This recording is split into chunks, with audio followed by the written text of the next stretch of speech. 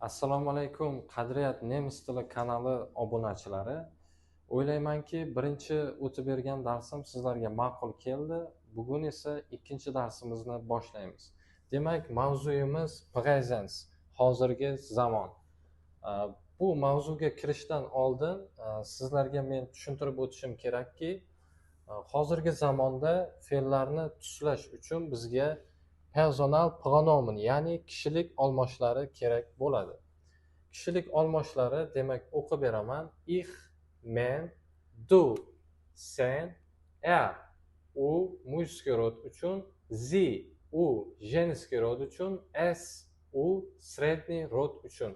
Demak, shu yerda bilib qo'yishimiz kerakki, nemis tilida 3 ta rod bor: muyskiy, jenskiy, sredniy rodlar.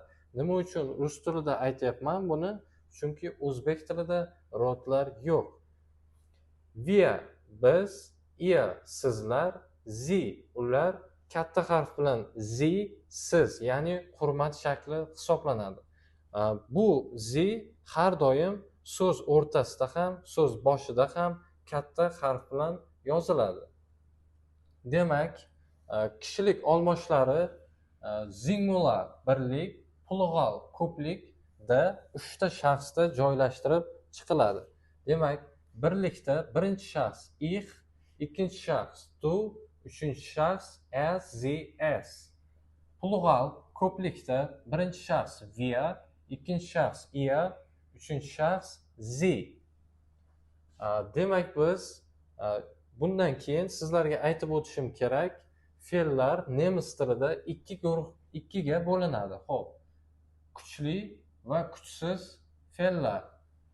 Biz hozir sizlar bilan kuchsiz fe'llarni presens, ya'ni hozirgi zamonda tuslanishiga bir misol ko'ramiz. Wohnen. Bu kuchsiz fe'l, yashamoq. Demak, biz bu fe'lni tuslashimiz uchun shaxs sonlarda avvalo uning o'zagini ajratib olishimiz kerak bo'ladi. Eslab qoling, har doim fe'lning o'zagi mana bu n qo'shimchasidan tashqarisi bo'ladi. Ya'ni n bu noaniqlikni, o'zbek tilidagi mana bu moq qo'shimchasini beradi. Demak, n dan tashqari bizda von qoldi. Bu fe'lning o'zagi hisoblanadi. Va shaxs sonlarda fe'l o'zagi oladigan qo'shimchalarga e'tibor bering. Ich wohne, du wohnst, sie es wohnt, wir wohnen, ihr wohnt, sie wohnen. Hurmat shakli uchun ham sie wohnen.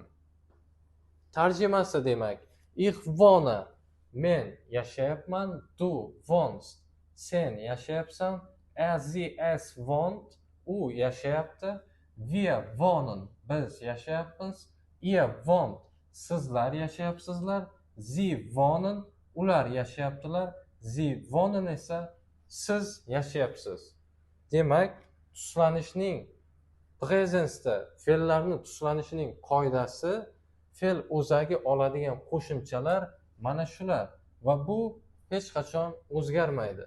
Biz kuchsiz fe'llarni tuslanishini ko'rib chiqdik. Wohnendan tashqari boshqa kuchsiz fe'llar ham xuddi shunday fe'l o'zagi mana shu qo'shimchalarni oladi. Bitta gap tarzida misol yozganman. Mana qarang, ich wohne im Dorf. Men qishloqda yashayapman. Im da ichida ma'nosini beradi.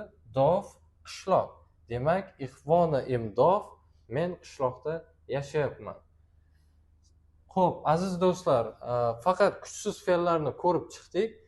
Keyingi darsimizda esa kuchli fe'llarni tuslanishini birgalikda ko'rib chiqamiz. Hozir sizlarga vazifa boshqa bironta kuchsiz fe'lni mana shu shaxs sonlarda, ya'ni presensda tuslanishiga misollar yozib qo'ying.